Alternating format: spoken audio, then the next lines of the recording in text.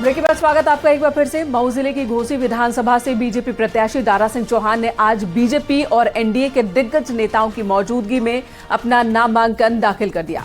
उनके नॉमिनेशन में प्रदेश के दिग्गजों का जमावड़ा लगा। डिप्टी सीएम ब्रजेश पाठक, भाजपा प्रदेश अध्यक्ष भूपेंद्र चौधरी, अपना दल के आशीष पटेल, निषाद पार्टी के डॉक्टर संजय निषाद, सुभाषपा के ओपी राजभर जैसे नेता उनके नॉमिनेशन के वक्त मौजूद रहे। नामांकन के साथ ही घोसी में एनडीए का शक्ति प्रदर्शन भी देखने को मिला। और इसके बाद दारा सिंह चौहान ने न्यूज 18 से एक्सक्लूसिव बातचीत भी की। पूरा देश नहीं, पूरा दुनिया आज मोदी जी के नेतृत्व में भरोसा कर रहा है। आज दुनिया के लोग मोदी जी के पीछे चहलकदमी करने के लिए परेशान हैं। आज इसलिए मैं कह सकता हूं कि आज मोदी जी के साथ पूरा का पूरा देश खड़ा है। आने वाले 2024 से मोदी जी तीसरी बार इस देश के प्रधानमंत्री बनने जा रहे हैं। लेकिन रामगोपाल जी कह रहे हैं कि जीतेगी भाजपा सपा जी। कोई क्या कहता है उस समय कहने दीजिए, लेकिन भारतीय जनता पार्टी केवल घोसी नहीं जीतेगी, पूरा प्रदेश जीतेगी और देश जीतेगी। मऊ जिले की घोसी विधानसभा सीट पर हो रहे उपचुनाव में एसपी को बड़ा झटका लगाया। उपचुनाव के दौरान बड़ी संख्या में समाजवादी पार्टी के कार्यकर्ता भारतीय जनता पार्टी में शामिल हुए। डिप्टी सीएम ब्रजेश पाठक ने एसपी कार्यकर्ताओं को बीजेपी की सदस्यता दिलाई। समाजवादी पार्टी के युवजन छात्र सभा के राष्ट्रीय कार्यकारिणी में सचिव रहे रमेश दुबे समेत करीब 22 साल तक सपा में रहने के बाद वो भारतीय जनता पार्टी में शामिल हो गए। में जन्म लिया, बलिदान उसी पे हो जावे।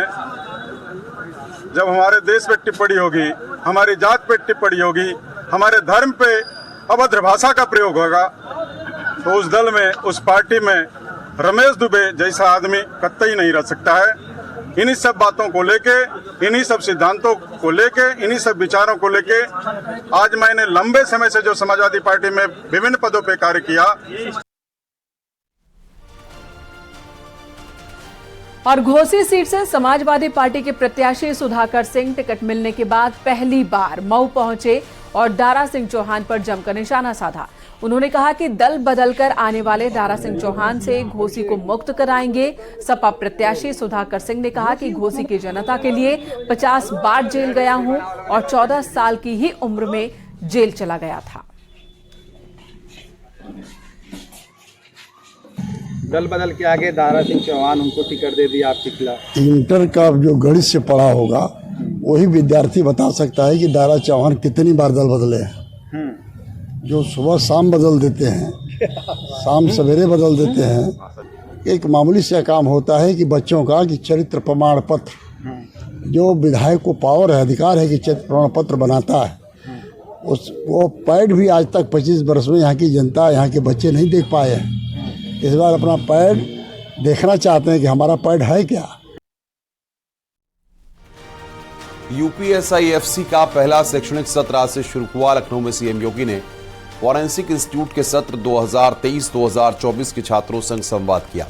सीएम योगी ने कहा कि बदमाशों के क्राइम करने के तरीके बदल रहे हैं, इसलिए फॉरेंसिक जांच की भूमिका अहम हो जाती है। सीएम योगी ने कहा कि सुरक्षा में लगे लोगों को अपराधियों से आगे रहना है, तभी अपराधी पकड़ में आएंगे। सीएम योगी ने कहा कि उत्तर प्रदेश में पुलिस बेहतर काम कर रही है, इसलिए उत्तर प्रदेश की कानून व्यवस्था बेहतर है।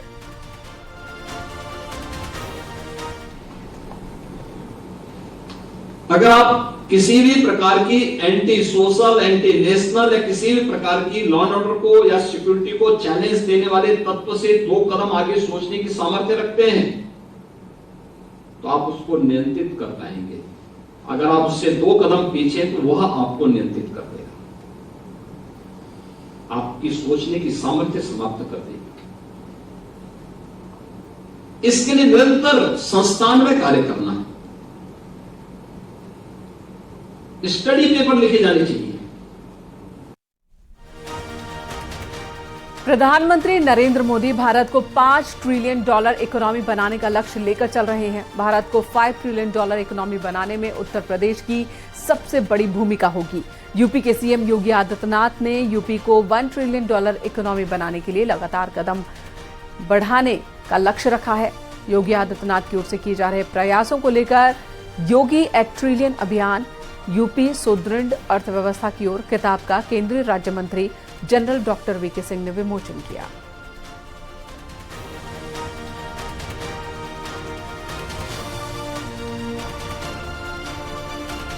ट्रिलियन के लिए सबसे प्रभावी जो कारक मुझे इस पुस्तक को करते हुए लगा, वो लगा माननीय योगी आदित्यनाथ जी का व्यक्तित्व, दृढ़ निश्चयी व्यक्तित्व।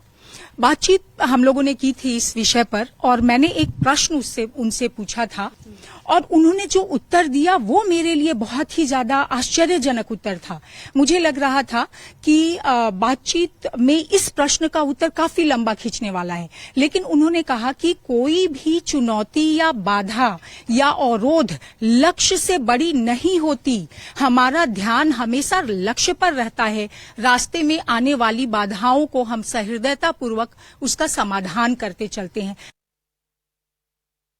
मां सदगमया। तो फिलहाल खबर दमदार में इतना ही। आगे बढ़ेंगे उत्तराखंड की खबरों की ओर, लेकिन उससे पहले नजर हेडलाइंस पर।